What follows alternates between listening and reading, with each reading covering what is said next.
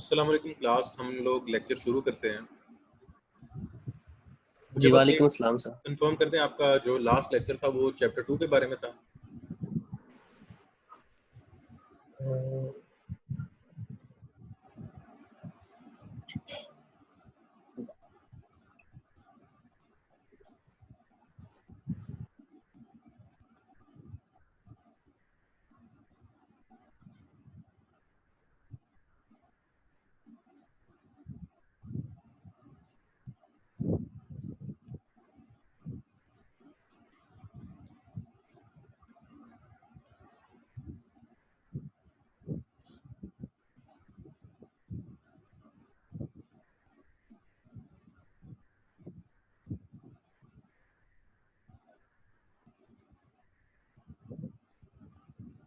जी sir आवाज आ रही है आपको? हाँ जी, आ रही है। जी सर, 2 चैप्टर के बारे में था इसमें। ठीक है, आपको पहले मैंने चैप्टर 3 के बारे में पढ़ा दिया था, उसके बाद मैंने चैप्टर 2 के बारे में बता दिया था।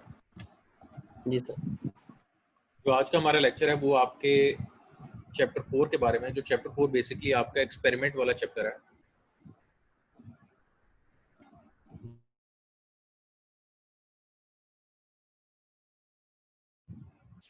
जो चैप्टर 4 है आपका एक्सपेरिमेंट वाले सेक्शन पे रिलाई करता है। बेसिकली जब आप अपना चैप्टर 1 बनाएंगे तो उसमें आप 1 या 2 ऑब्जेक्टिव्स रखेंगे।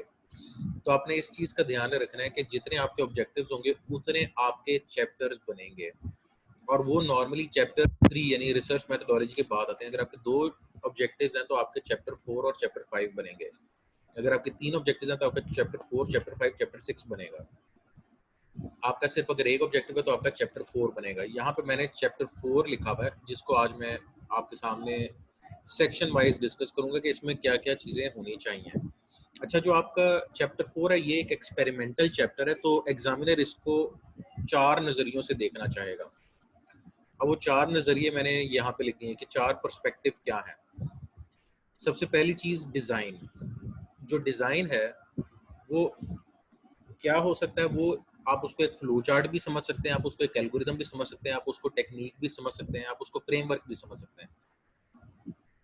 लेकिन जो डिज़ाइन है वो एग्जामिनर देखना चाहेगा कि एग्जिस्टिंग क्या क्या था और आपका क्या है, और आप दोनों में फ़र्क क्या है। मिसाल के तौर पे एग्जिस्टिंग का आपने फ्लो चार्ट इमेजिन कर लिया कि उसका जो एल्गोरिदम था, जो प्रोग्राम उसने लिखा था, उसका आपने फ्लो चार्ट बना दिया। उस फ्लो चार्ट में ना 7-8 स्टेप्स थे, वो सारे के सारे आपने स्टेप्स फ्लो चार्ट के अंदर शो करा दिए। उसके बाद जब आप अगले सेक्शन में जाएंगे, सबसे पहला सेक्शन आपका है एग्जिस्टिंग टेक्निक्स का। उस एग्जिस्टिंग टेक्निक में आपने उसकी टेक्निक का नाम बताया, आपने उसके इक्वेशंस फॉर्मूले सारे लिखे, फिर आपने उसका एक फ्लो चार्ट बना दिया। तो ये आपने उसका डिज़ाइन प्रेजेंट किया, एग्जिस्टिंग का डिज़ाइन।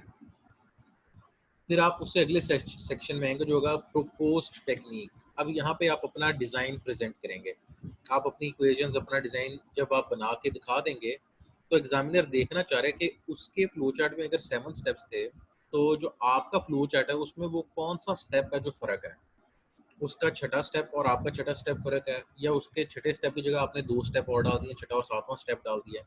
तो डिज़ाइन का मतलब यह है कि एग्जामिनर ये देखना चाहता है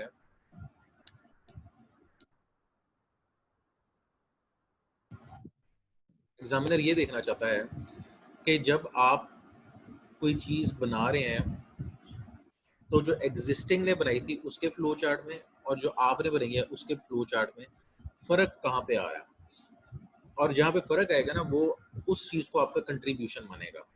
उसके बाद आ जाते हैं हम इम्प्लीमेंटेशन पे, लेकिन इसको मैं कंपैरिजन को ऊपर लेता हूँ। उसके बाद हम आ जाते हैं कंपैरिजन पे। जो कंपैरिजन है ना, ये आपने फिर एक थर्ड सेक्शन बनाया। अब कंपैरिजन के अंदर जो इधर फ्लो चार्ट बनाया था आपने, इधर फ्लो चार्ट बनाया था, उसको आप कंपेयर करके दिखा सकते हैं साइड बाय साइड। आप क्या कर सकते हैं, आप सिंपल वो स्टेप्स भी कह सकते हैं कि उसका जो स्टेप नंबर 6 था उसकी इंटरनल वर्किंग ये थी, जो हमारा स्टेप नंबर 6 है उसकी इंटरनल वर्किंग ये है, और जो चेंज है वो ये है। यानी आपने एक टेबल बना दिया जिसमें आपने एग्जिस्टिंग स्टेप, प्रोपोज्ड स्टेप और चेंजेस इन द स्टेप। ये एक टेबल में शो करा दी या फिर एक डायग्राम में शो करा दी, लेकिन ये कंपैरिजन दो किस्म का है। एक है फिलोसॉफिकल। फिलोसॉफिकल कंपैरिजन ये होता है कि आप जो वो फर्क ढूंढना चाह रहे हैं उसको आप टेबुलर फॉर्म में या चार्ट्स की फॉर्म में बना के एक सेपरेट सेक्शन में दिखा दें। एक तो ये कंपैरिजन है। एक कंपैरिजन है आपका जब आप एक्सपेरिमेंट रन करेंगे उसके जो रिजल्ट्स आएंगे उन रिजल्ट्स को कंपेयर करेंगे। तो ये दोनों कंपैरिजन अहमियत रखते हैं। आपने एग्जामिनर की सहूलत के लिए जो एग्जिस्टिंग टेक्निक थी और प्रोपोज टेक्निक थी उसका फिलोसॉफिकल कंपैरिजन कि उसके स्टेप 6 में ये हुआ था, मेरे स्टेप 6 में ये हुआ है और इसमें चेंज मैंने क्या किया, वो आपने सेक्शन नंबर जो 3 है आपका उसके अंदर फिलोसॉफिकल चेंज बना के दिखा दिया। फिर आगे आपका इम्प्लीमेंटेशन। एग्जामिनर देखना चाहता है कि आपने इम्प्लीमेंटेशन कैसे की। अब वो इम्प्लीमेंटेशन के लिए क्या होगा जी, आप बताएंगे आपकी एक्सपेरिमेंट की एनवायरनमेंट क्या थी, आपने उसके अंदर जो है डाटा सेट कैसे पार्टीशन किया, फिर उसके बाद हमने डाटा सेट पे ट्रेनिंग कैसे की, ट्रेनिंग जो है वो एग्जिस्टिंग एल्गोरिदम या टेक्निक की कैसे की, फिर आपने अपने एल्गोरिदम टेक्निक की कैसे की, फिर आपने एक्सपेरिमेंट रन करते वक्त कितनी दफ़ा उसको रिपीट किया, आपने कौन सी लैंग्वेज में इम्प्लीमेंट किया, आपके पास जो एग्जीक्यूशन टाइम क्या आया, ये सारे फैक्टर्स आप एक्सपेरिमेंटल सेटअप के अंदर डिफाइन करेंगे। फिर जब आपका एक्सपेरिमेंट एक दफ़ा एग्जीक्यूट हो जाएगा आपके पास रिजल्ट्स आ जाएंगे। रिजल्ट्स के आप चार्ट्स बनाएंगे और जो रिजल्ट्स आपके पास आएगा वो मुख्तलिफ आप इवेलुएशन मेथड से इवेलुएट करेंगे। आप मीन एब्सोल्यूट एरर इस्तेमाल कर सकते हैं, आप प्रिसीजन इस्तेमाल कर सकते हैं, आप रिकॉल इस्तेमाल कर सकते हैं। There are multiple evaluation methods. जो एग्जिस्टिंग का रिजल्ट आया और जो आपका रिजल्ट आया उन दोनों को आपने किसी ना किसी एक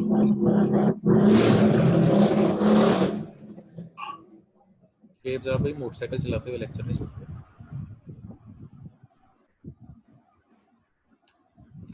अच्छा जी, जो आपका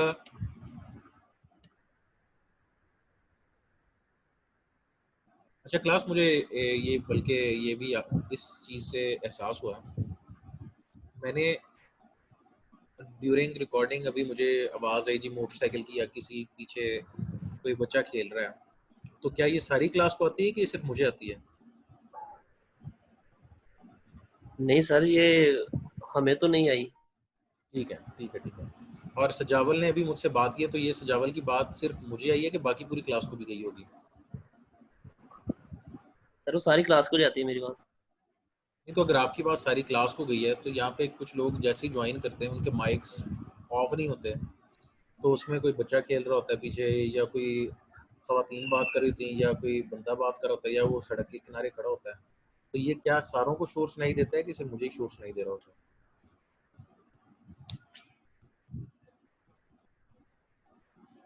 सर ये सबको ही आता है।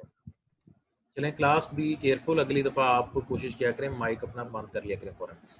हम वापस आते हैं अपने पॉइंट नंबर 5 पे। आपने एक्सपेरिमेंट के अंदर पहले एग्जिस्टिंग को रन किया, फिर आपने अपना एल्गोरिदम रन किया और दोनों के रिजल्ट्स आ गए। फिर आपने रिजल्ट्स को कंपेयर किया किसी ना किसी वैल्यूएशन मेथड या वैल्यूएशन मैट्रिक्स के ज़रिए। ये इसके ऊपर मैंने एक आपसे इंशाल्लाह लेक्चर करना है, क्योंकि मेरी बाकी क्लासेस में भी आया था कि मुख्तलिफ वैल्यूएशन मैट्रिसेस बता दें, वो हम कब इस्तेमाल करते हैं। तो ये इंशाल्लाह एक किसी न किसी लेक्चर में मैं आपसे डिस्कस कर लूँगा। अब जब आपके पास एक बार रिजल्ट्स आ गए, आपने दिखा दिया कि आपकी इतने परसेंट इंप्रूवमेंट आ गई है, आप कहते हैं मेरी 20% इंप्रूवमेंट है एग्जिस्टिंग के मुकाबले में। जो सिंथेसिस वाला सेक्शन है वो ये कहता है, एग्जामिनर ये बेसिकली पूछना चाहता है कि सक्सेस के पीछे क्या आपकी इंप्रूवमेंट है, ये वजूहात क्या है, क्या आपकी इक्वेशन के अंदर कोई ऐसी चेंज थी, यानी आपको डिफेंड करना है कि ये जो इंप्रूवमेंट है इसके पीछे कोई लॉजिक एग्जिस्ट करता है, वो जो लॉजिक है वो आपने सिंथेसिस में डिस्क्राइब किया। ये वो 4 पर्सपेक्टिव हैं जिसके तहत एग्जामिनर आपके चैप्टर 4 को, एक्सपेरिमेंट वाले चैप्टर को चेक करना चाहेगा। तो यहाँ पे हमारा जो डिस्कशन है मेरी तरफ से एंड होता है। आप लोगों का कोई क्वेश्चन है तो आप लोग पूछ लें।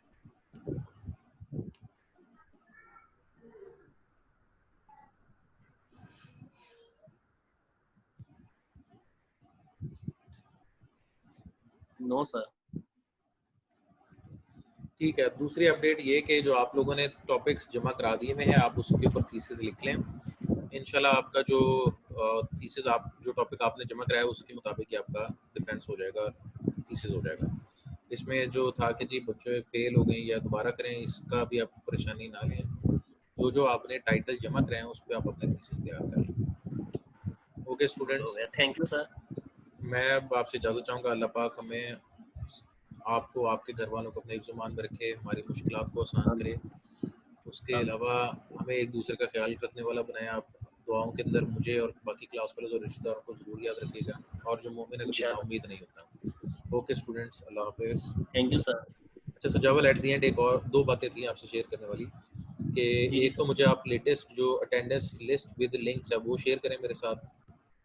ठीक है सर। दूसरा, मैंने अभी आपको ना आपके ग्रुप में मैं अपने यूट्यूब का चैनल और मैसेज करूंगा, तो मैंने 100 ठीक है सर। सब्सक्राइबर्स अचीव करने हैं, क्योंकि मैंने जो चैनल है ना उसका शॉर्ट लिंक बनवाना है, तो उसकी रिक्वायरमेंट है कि ठीक है 100 सब्सक्राइबर्स हो, तो आप काइंडली उसको सब्सक्राइब कर लें क्लास वाले।